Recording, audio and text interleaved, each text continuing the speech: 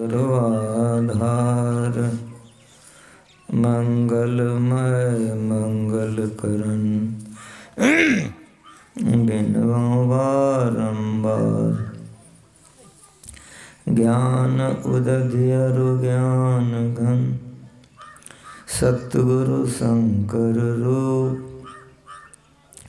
नमो नमो बहुवारहे सकल सुपूज्यन भूप बंदा गुरुपद कंज कृपा सिंधु नर रूप हरि महामोहतम पुंज जासु वचन रवि कर निकर धन्य धन्य सतगुरु सुखद महिमा कही न जाय जो कछु कहूँ तुम्हारी कृपा मोते कछु न वसाय।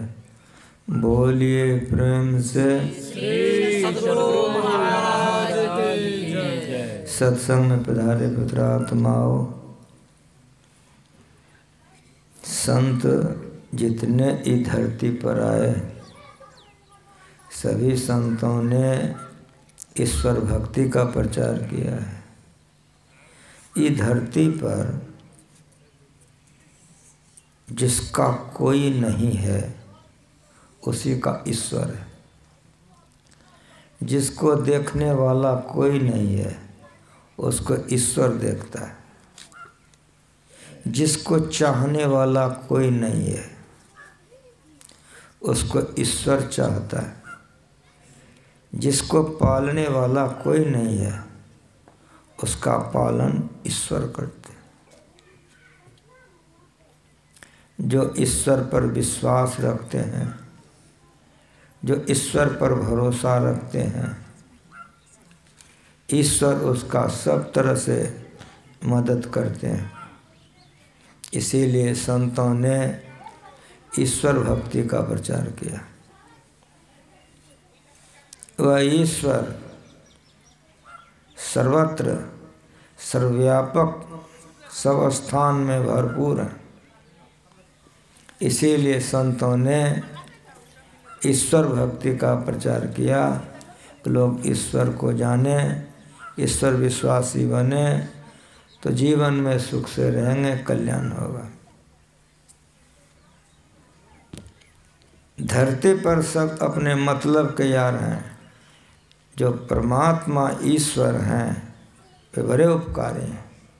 जिसको कोई चाहने वाला देखने वाला नहीं है उसको ईश्वर देखते हैं।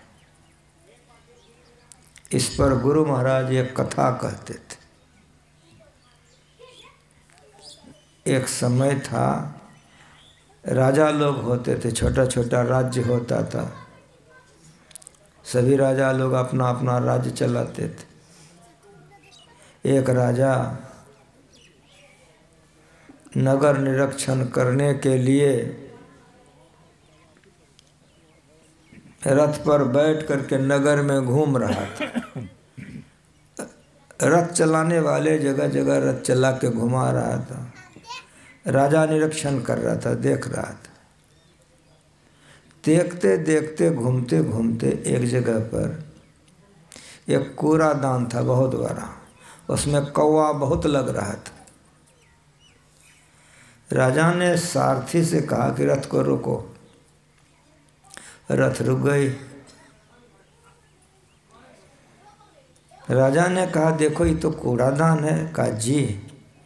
का कूड़ादान में इतना कौवा नहीं लगना चाहिए। इतना कौवा क्यों लगता है, जाके देख के आओ। गया, लौट के आ गया। कहा क्या हुआ। कहा महाराज तुरंत का हुआ एक बालक कूड़ादान में फेंका हुआ है। कहा फेंका हुआ है।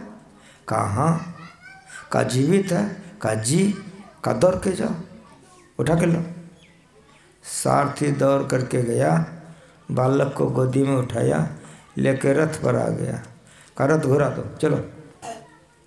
रथ घुर करके आ गया राजा रनिवास में और सारथी से कहा कि महारानी के गोदी में बालक दे दो। अब महारानी से कहा राजा ने, ये बालक को तुम पालन करो, पोसो इस बच्चे को। कहा जी। तो महारानी वो बच्चे का पालन करने लग गई। पोसते पालते बड़ा हुआ, स्कूल में दिया, पढ़ लिख के निकला, कॉलेज में गया, बहुत बड़ा हो गया, जवान हो गया। जब वो बहुत पढ़ लिख लिया, बड़ा हो गया, तो उसको पता लग गया कि हम राजा साहब के औरस पुत्र नहीं हैं। औरस पुत्र महाभारत पर ही 12 प्रकार का बेटा होता है। तो जो माँ बहन अपने पति के रस से संतान पैदा करती हैं उसको औरस पुत्र कहा गया है महाभारत में। जो अपने पति से, अपने पति के रस से पुत्र पैदा करती है उसको औरस पुत्र कहते हैं। जब उस बालक को पता लग गया कि हम पिता के औरस पुत्र नहीं हैं तो चोट लगी मन में, और उसके मन में हुआ कि और कुछ हमको पढ़ना चाहिए। तो राजा से जाके कहा कि पिताजी। कहा हाँ। कहा हम और पढ़ना चाहते। कहा बेटा जो पढ़ना चाहो, जितना पढ़ना चाहो, जहाँ पढ़ना चाहो पढ़ो, तुम बोलो अब क्या पढ़ना चाहते हो। वो ज़माना था अपने भारत में तक्षशिला की पढ़ाई इतनी अच्छी पढ़ाई थी कि सारे विश्व के लोग अपने भारत में तक्षशिला पढ़ने के लिए आते थे। बालक ने कहा वहीं पढ़ेंगे। आदेश कर दिया राजा ने, व्यवस्था कर दिया, चला गया वहीं पढ़ने लग गया। पढ़ते पढ़ते पढ़ते पढ़ते 6 बरस पढ़ाई किया। जब 6 बरस उसका पढ़ाई पूर गया तब उसके जो गुरु थे उसने बुलाया कि यहाँ आओ तुम। आ गया। कहा सुनो, तक्षशिला के एक एक योजन चारों तरफ घूमो। एक एक योजन अभी के हिसाब से 4 कोस। एक लता, पत्ता, पौधा, दूब या खर धरती पर से ऐसा उखाड़ करके लाओ जो बिना काम का जंगल है। ऐसा उखाड़ के लाओ कि जो बिना काम का जंगल है, ऐसा जो तुम्हारे नज़र में आवे उखाड़ के लाओ। कहा जी। ले लिया, पसनी, चला गया। कई दिनों के बाद वो लौटा, खाली हाथ लौटा। तो उसके गुरु ने पूछा तुम खाली हाथ लौटे हो, तुम गया नहीं? कहा जी गुरुदेव, उसी दिन से हम तक्षशिला के चारों ओर भ्रमण कर रहे थे। कहा फिर खाली हाथ क्यों आया तुम? उस बालक ने कहा इस धरती पर एक भी गाछ, वृक्ष, लता, पत्ता, पौधा, दूब, खर ऐसा नहीं है कि बेकार का है। इस सब के सब औषधियाँ हैं, सब के सब दवाइयाँ हैं। जैसे कहा उस बालक ने कि सब के सब औषधियाँ हैं, इसीलिए मैं खाली हाथ आया हूँ। उसके गुरु ने छाती से लगा लिया। कहा वाह बेटा वाह, वाह, तुम्हारी पढ़ाई पूरी हो गई। अब तुमको हमारे पास पढ़ने की आवश्यकता नहीं है। स्कूल इसीलिए बनता है, पास करके अगर यदि नहीं जाएगा तो स्कूले में रहेगा। सब जगह किया है, गुरु लोग पढ़ा के भेज देते थे, तालीम हो जाते हैं। अपना व्यापार, बिजनेस, पढ़ाई करके जो गए उद्यम करते हैं। उसको राह खर्च दे दिया, पाथे विदा कर दिया कि अब तुम घर चले जाओ, मेरे पास रहने की ज़रूरत नहीं। चल दिया। वो आ रहा था, आते आते रास्ते में खर्चा घट गया उस बालक का, तो उतर गया। गांव नगर में पूछने लग गया कि कोई यहाँ बीमार है।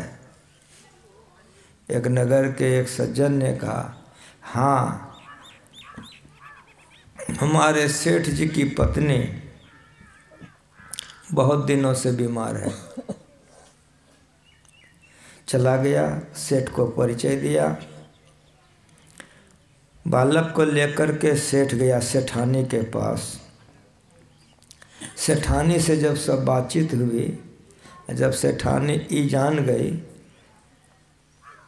कि ये मेरा इलाज करने के लिए आया है, तो बड़ी जोर से सेठानी बिगड़ गई कि बड़का बड़का डॉक्टर और बड़का बड़का हकीम तो गया पानी भरने, ये बालक हमरा क्या इलाज करेगा, हटाओ इसको हमरे सामने से। सेठानी बिगड़ गई।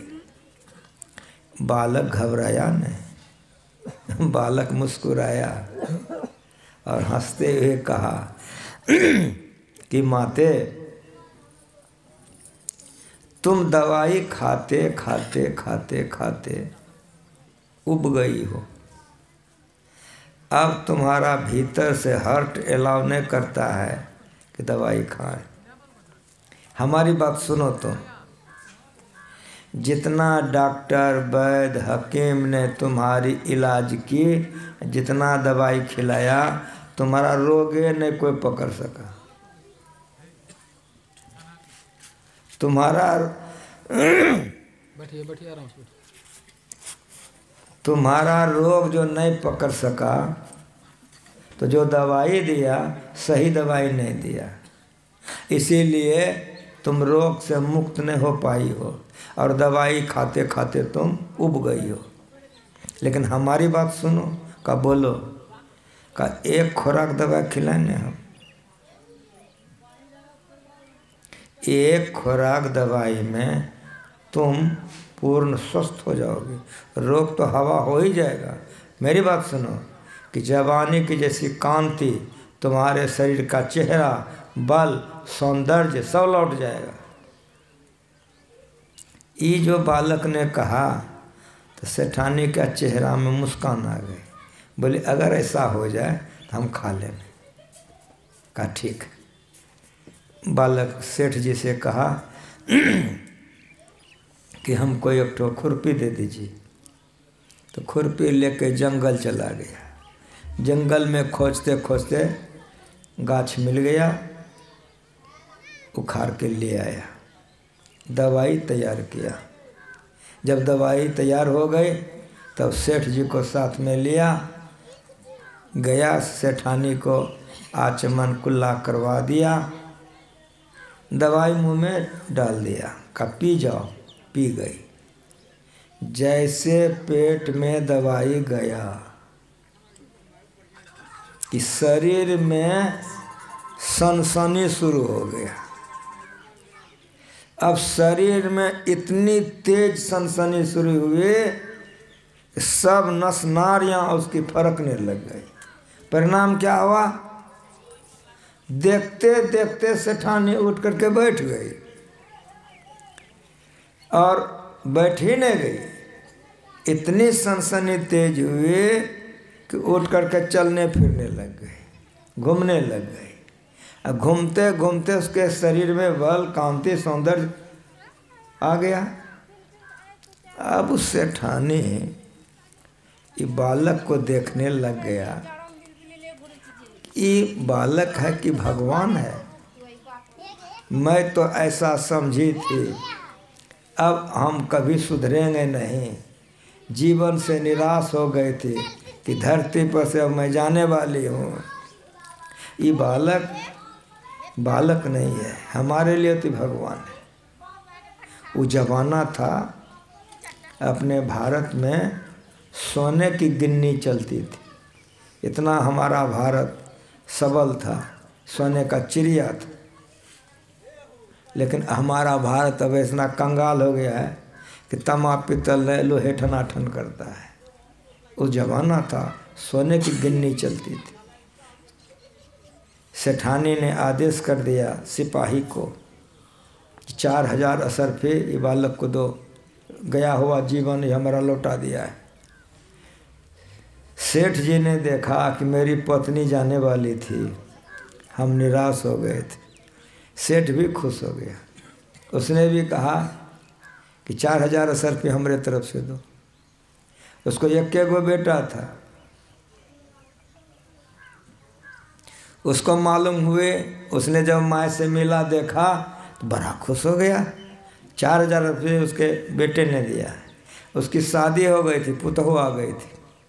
पुतहू चौके में थी, दाई ने जाके कहा क्या बोलती हो? कहा ठीक बोलती हूँ, तुमसे भी बुढ़िया मलकान ठीक हो गई है।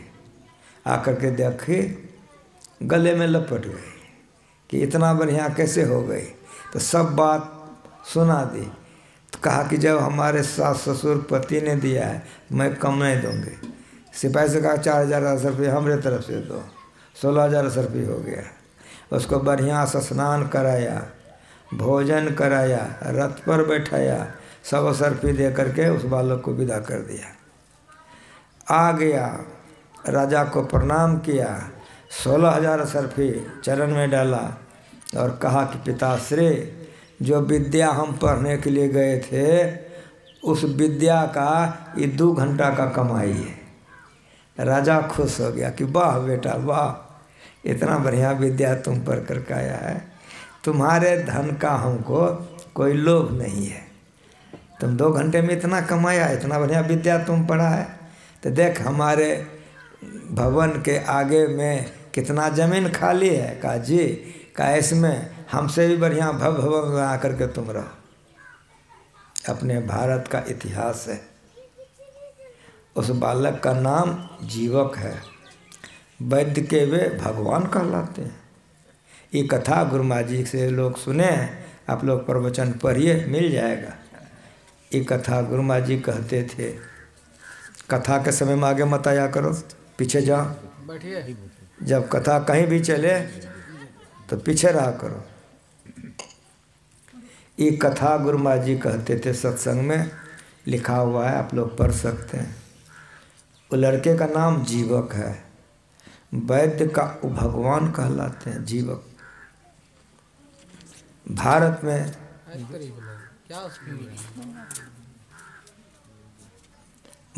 में एक पर एक सब हुए।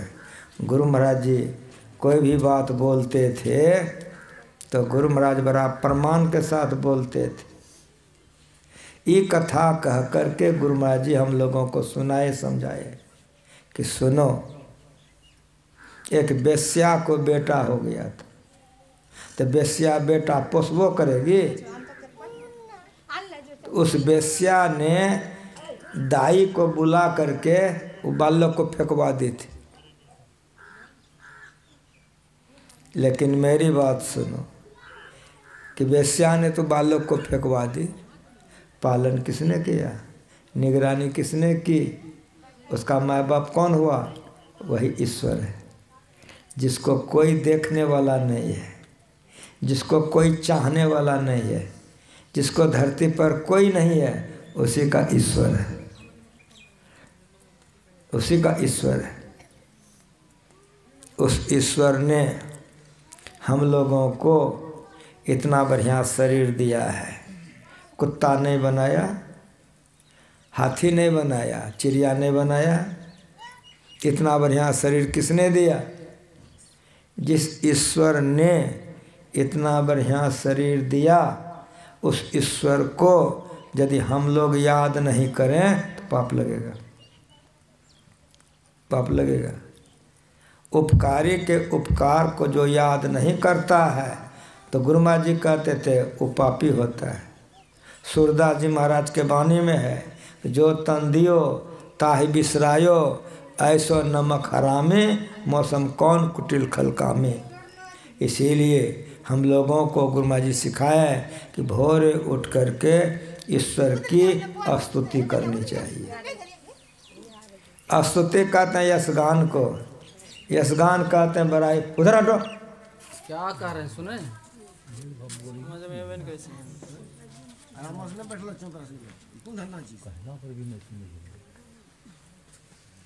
ईश्वर दया के सागर हैं। हम लोगों को पशु पक्षी नहीं बनाया, चिड़िया चुनमुन नहीं बनाया, इतना बढ़िया शरीर दिया है ईश्वर। उस ईश्वर का स्तुति, प्रार्थना, उपासना करना चाहिए। ये गुरु महाराज जी हम लोगों को सिखा के गए हैं। इसीलिए हमारे जितने भक्त लोग हैं भोरे उठ करके तमाम कामों को छोड़ करके ईश्वर का स्तुति करते हैं, प्रार्थना करते हैं, उपासना करते हैं। सब कोई मिल करके ईश्वर का स्तुति कीजिए, प्रार्थना कीजिए, उपासना कीजिए। परिणाम क्या होगा? अगर ईश्वर का स्तुति करेंगे, प्रार्थना करेंगे, उपासना करेंगे तो आपके ऊपर ईश्वर की कृपा होगी। बताइए, यदि आपके ऊपर ईश्वर की कृपा हो तो कौन चीज़ की कमी रहेगी? सारा संसार दुश्मन बन जाए, ईश्वर हमारे ऊपर खुश हो जाए तो कोई हमारा बाल बांका कर सकेगा? बाल न बांका कर सके जाओ जग बैरी हो। सारा संसार दुश्मन हो करके हमारा कुछ नहीं बिगाड़ सकता है। इसीलिए भोरे उठ करके ईश्वर की स्तुति कीजिए। स्तुति कहते हैं यशगान को, यशगान कहते हैं बड़ाई बड़प्पन को। आपका कोई बड़ाई करे आप खुश हो जाते हैं और नहीं देने लायक चीज़ भी दे देते कि ले जाइए। ईश्वर का स्तुति कीजिए, ईश्वर आप पर खुश होंगे तो आपको कोई कमी नहीं रहेगी। प्रार्थना कीजिए। प्रार्थना कहते हैं विनम्रता पूर्वक मांग को। प्रत्येक के कलेजे में कुछ ना कुछ मांग जरूर है। कोई कुछ मांगता है, कोई धने मांगता है, तो कोई बेटे मांगता है, कोई खूब बढ़िया कन्ये मांगता है, कोई बढ़िया दूल्हे मांगता है, कोई बढ़िया ज़मीनें मांगता है, कोई बढ़िया गाड़ियाँ मांगता है। प्रत्येक के कलेजे में कुछ ना कुछ मांग जरूर है। वो मांग की पूर्ति कौन करेगा? इसीलिए प्रार्थना कीजिए।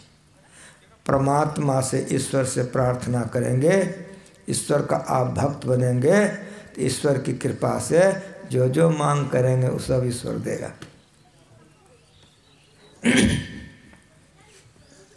ईश्वर देगा। उपासना, उपासना कहते हैं जिससे कि ईश्वर की निकटता हमको प्राप्त हो। उपासना में संतों ने एक मंत्र का जप बतलाया है कि जाप कीजिए, लेकिन अपने मन से मंत्र का जाप नहीं कीजिए, गुरु से मंत्र सीख करके कीजिए और गुरु का सेवा कीजिए। जैसे कोदाली से कोरते कोरते कोरते कोरते कोरते कोरते कोरते हम लोग पानी पाते हैं, मिल जाता है, कुइयाँ हो जाता है। उसी तरह से जो गुरु का सेवा शुश्रूषा करता है तो सेवा शुश्रूषा करते करते गुरु का सब ज्ञान शिष्य में आ जाता है। पढ़वा के सुनवा दिया। जो गुरु का सेवा मन से करता है तो गुरु के कृपा से ईश्वर के रास्ता को जानता है और ईश्वर का भक्ति करता है, और गुरु कृपा से जैसे बहुत कोरने पर पानी मिलता है तो गुरु का सेवा शुश्रूषा करते करते ईश्वर की प्राप्ति हो जाती है। अब जो ईश्वर का भक्त बने झूठ बोले ये अच्छा लगेगा? इच्छा होगा? ये भक्त का काम हुआ? इसीलिए जो ईश्वर के भक्त बनना चाहते हैं उसको झूठ नहीं बोलना चाहिए। झूठ बोलना पाप है। उस पर ईश्वर खुश होंगे? उस पर ईश्वर खुश नहीं होंगे। इसलिए ईश्वर के जो भक्त होते हैं उसको झूठ नहीं बोलना चाहिए। चोरी नहीं करनी चाहिए। चोरी करना बढ़िया काम नहीं है।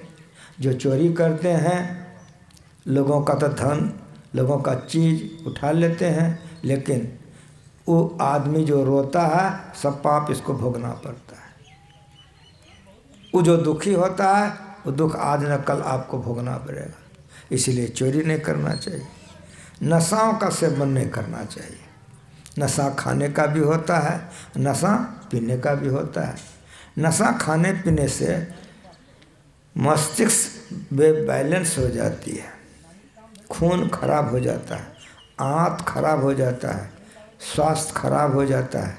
इसीलिए अगर स्वस्थ कोई जीना चाहे बढ़िया से ढेर दिन रहना चाहे, भगवान का भजन करना चाहे, तो उसको नशा का सेवन नहीं करना चाहिए। खाने का भी नहीं, पीने का भी नहीं। दो तरह का नशा होता है, एक नशा खाने का होता है, एक नशा पीने का होता है। ईश्वर के जो भक्त होते हैं उसको नशा नहीं लेना चाहिए।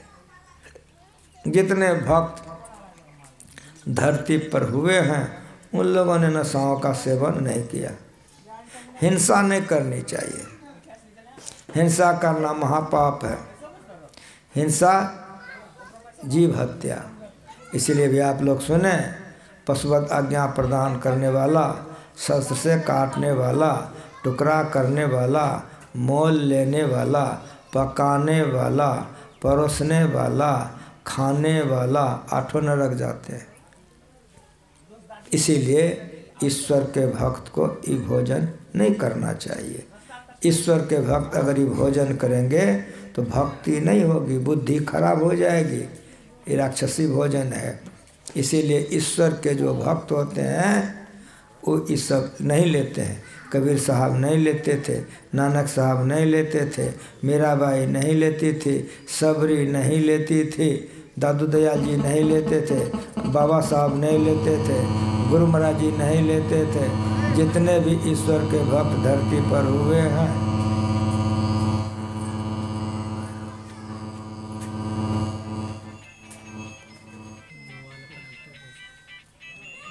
इन लोगों ने मोबाइल कनेक्शन पवित्र भोजन किया।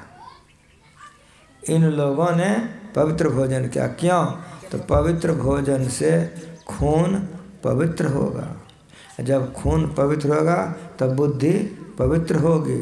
जब बुद्धि पवित्र होगी तब भक्ति करने में बल मिलेगा।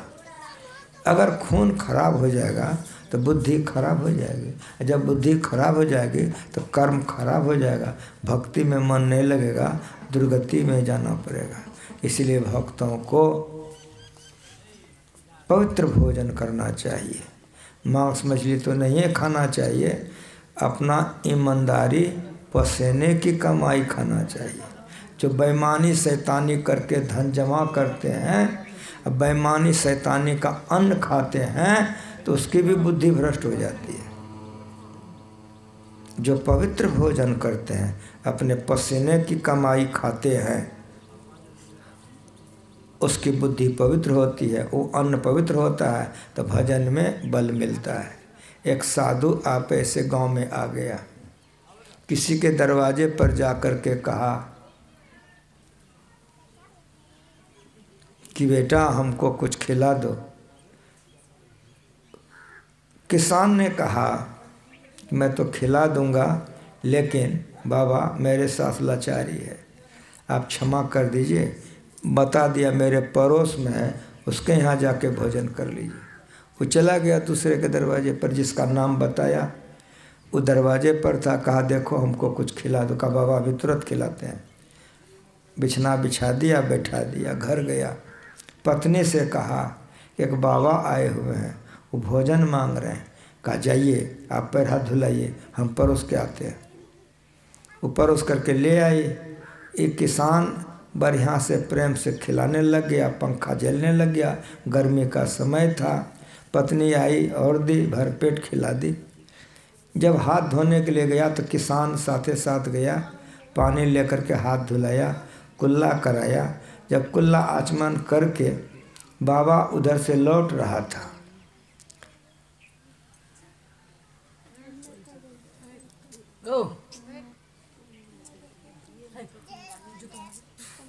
देने के लिए बीच में कुल्ला आचमन करके जो बाबा उधर से लौट रहे थे तो हिलने लग गया, लगा गिर जाएगा। तो किसान ने भर पांजा पकड़ लिया।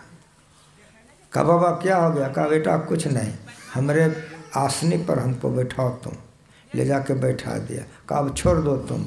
छोड़ दिया। बाबा का आंख बंद हो गया। ध्यान करने के लिए बैठा तो दिन भर रात भर बैठने लगे। जब सवेरे समाधि उसकी टूटी तो घर वाला को बुलाया। घर वाला आ गया। कहा रे बेटा कैसा भोजन करा दिया तुम? तो किसान हाथ जोड़ लिया कि बाबा अगर कोई अपराध हो गए तो क्षमा कर दीजिए। कहा नहीं रे बेटा, नहीं रे, तुम्हारा अन्न इतना पवित्र था कि भोजन करते ध्यान करने का मन हुआ, जब ध्यान में बैठे देखो इतना बढ़िया ध्यान बना, तुम उसको बुलाओ। कहा किसको? कहा जो हमको खाने के लिए नहीं दिया और तुम्हारे यहाँ भेज दिया। बुलाया उसको। कहा रे बेटा, हम तुम्हारे यहाँ पहले गए थे, खाने दो, तुम खाने नहीं दिया, क्यों नहीं दिया?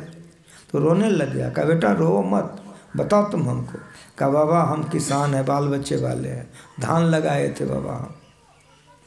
जब फूट गया धान, खेत गए तो खेत सूखा हुआ था। हमरे अरिया के खेत में पानी भरा था, तो हमरे मन में हुआ कि फूटा हुआ धान है, अब पानी नहीं है, सब सूख जाएगा, खखरी हो जाएगा।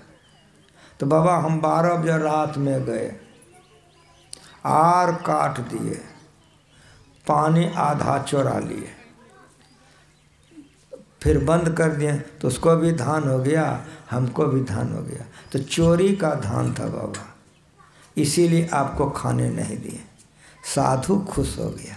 कहा इधर जाओ, इधर पीठ ठोक दिया कि जाओ तुमको आशीर्वाद देते हैं, तुम्हारी गरीबी सब चला जाएगा।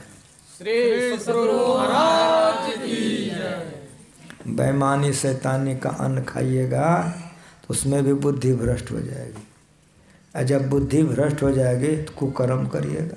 जितने लोग कुकर्म करते हैं, कैसे कुकर्म करते हैं, चाहे जनानी करे चाहे मर्द ना करे, कुकर्म कैसे करते हैं? जब आपकी बुद्धि भ्रष्ट हो जाती है। जब बुद्धि भ्रष्ट होती है तब कुकर्म करता है, और यदि बुद्धि पवित्र है कुकर्म नहीं कर सकेंगे। तो बुद्धि पवित्र है, क्या करना है? इसीलिए भक्तों को पवित्र भोजन करना चाहिए। झूठ, चोरी, नशा, हिंसा, व्यभिचार नहीं करना चाहिए।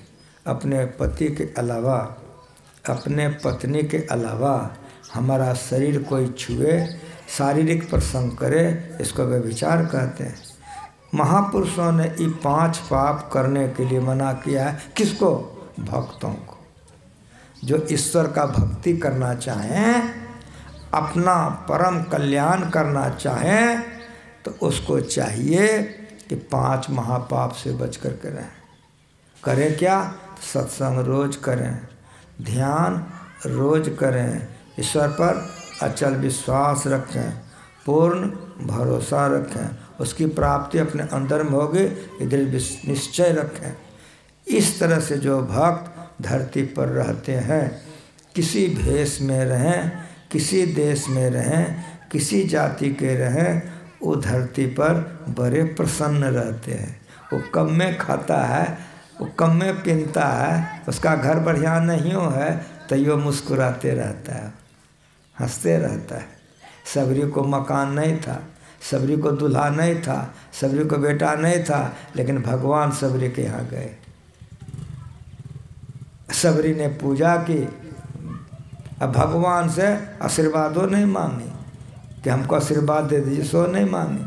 काहे?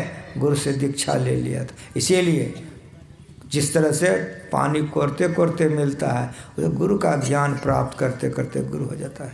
सबरी ने मातंग ऋषि की सेवा इतना अच्छा की कि मातंग ऋषि के कृपा से सबरी, मातंग ऋषि जहाँ गया था, सबरी वहाँ चली गई।